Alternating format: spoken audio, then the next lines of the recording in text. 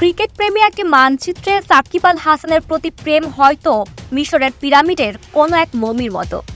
যেন কি এক অসম্ভব সাকিব তার প্রতি মুগ্ধতায় স্থবির করে রেখেছে চিরস্থায়ীতে। খুব আবেগশূন্য লোকটা বলতেই পারে, কিসের এত বাহুল্য, ইটস অনলি এ গেম। তবু ব্যাটে বলে ছন্দে এই যে নিরন্তর শব্দের মিছিল বয়ে যায়, অথবা just a গেইনকে more then A gain হিসেবে রিপ মাঝারে ধারণ করার উৎসব, তার জন্য হাতে গোনা যে কয়টা পোস্টার বয় বাংলাদেশের, তার একটাই তো সাকিব আল হাসান। থাকুক না কিছু আবেগের জায়গা, আবেগ শূন্য আর যাই হোক, একটা জাত তো হতে পারে না।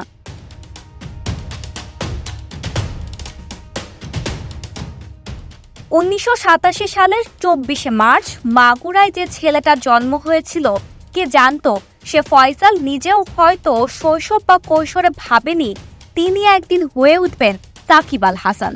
ওয়ানডে, টি-20 এবং টেস্ট ক্রিকেট মিলিয়ে পারফরমেন্সের দাঁড়িপাল্লায় সাকিব যেটা আসে সেটা হলো বাংলাদেশের ক্রিকেটের গ্রেটেস্ট অফ অল টাইম। গেল 15 বছরে প্রায় প্রতিদিনই সাকিব আল হাসান চর্চা চালু রেখেছে তাকে নিয়ে। এখন অবধি শুধু বাংলাদেশের সেরা ক্রিকেটার নন, সর্বকালের সেরা অলরাউন্ডারের শর্ট লিস্টে থাকবেন। 15 বছরের আন্তর্জাতিক কেরিয়ারের সংখ্যা তত্ত্বে সেটাই তো বাস্তবতা। ক্রীড়া পাগল এক পরিবার থেকে উঠে এলেও সাকিবের খেলোয়াড় হতে চাওয়া সহজ ছিল না। নতুন সহস্রাব্দের শুরুতেও খেলাধুলাকে ক্যারিয়ার হিসেবে নিতে পারার কথা মধ্যবিত্ত পরিবারের অনেকে ভাবতে পারতেন না। সেখান থেকে একে একে সাফল্যের সিঁড়ি ভেঙে সাকিব বাংলাদেশের সবচেয়ে দামি তারকার একজন হয়ে উঠেছেন। আইপিএলের মতো টি-20 লিগের সেরা তারকাদের একজন হিসেবে নিজেকে প্রতিষ্ঠা করেছেন।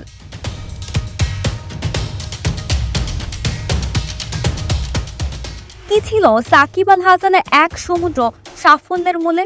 তার কাছের লোকেরা বিভিন্ন সময় জানিয়েছেন ছোটবেলা থেকেই ভেতর ভেতর প্রচণ্ড জেদি ছিলেন।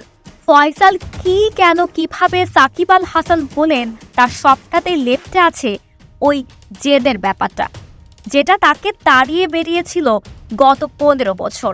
সেই জেদ পারফরমেন্সে রূপান্তর হয়ে টইটুপুর হয়েছে, যেমন কখনো কখনো তীব্র স্রোতে দুমড়ে মুচড়ে ফেলেছে অনেক কুল।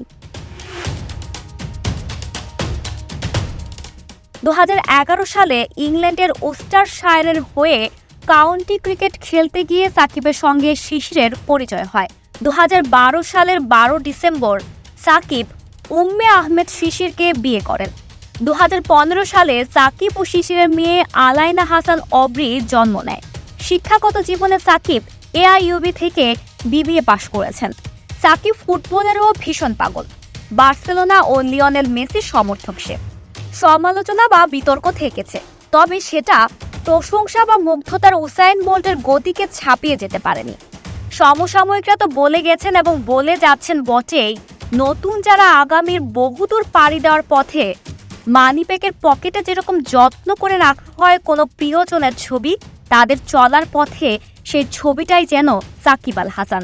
যে মানদণ্ড তৈরি করেছেন বাংলাদেশের ক্রিকেটে, সেটা দেখেই তো আরও বর্ণিল দিনের স্বপ্ন দেখে বিশ্বাস খুঁজে পায় নতুন দিন।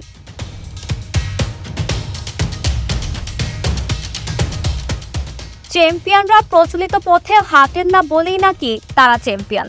মাঠের এবং মাঠের বাইরের টাইমলাইন সাজিয়ে সাকিব আল হাসান বলতেই পারেন, শুধু ভালোবাসা তো বড্ড শিখেলে, কজন পারেন ভালোবাসতে বাধ্য করতে।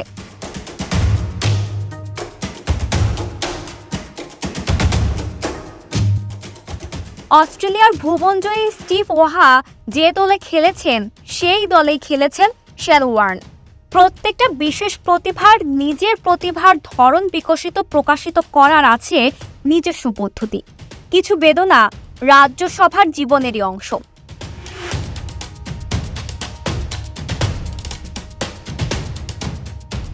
আইডল আইকন যাদের বলা হয়, তারাও তো দিন শেষে রক্ত মাংসের মানুষ। পারফরমেন্সের বাইরের বিষয়ে প্রতিনিয়ত ওজন নিয়ে থাকা সেই ঠিক ব্যাটিকের পাল্লায় চেপে বসা অদৃশ্য সেই আদর্শ ছেলেটির মতো সব সময় সব জায়গায় হয়তো নিজেকে ঠিক রাখতে পারেননি সাকিব, নাকি সাকিবের কাছে ওরকম থাকার পথটাই চিরচেনা সাকিব আল হাসান, কে জানে। অন্য কোনো সময় জন্মালে ক্রিকেটার না হয়ে হয়তো তিনি হতেন বিপ্লবী অথবা বিদ্রোহী কোনো কবি।